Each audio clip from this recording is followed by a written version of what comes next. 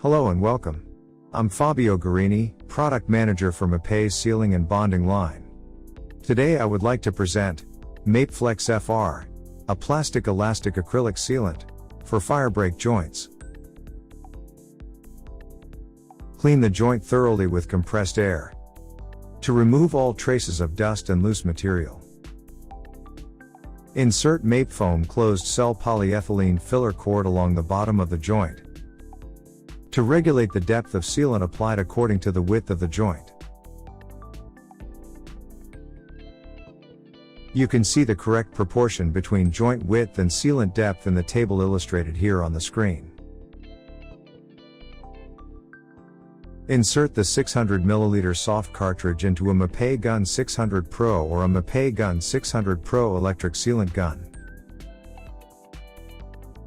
Cut the upper end from the cartridge. Insert the extrusion nozzle supplied with the product. Screw on and tighten the collar of the gun, and extrude the sealant into the joint, taking care not to entrain air into the joint or to apply too much sealant.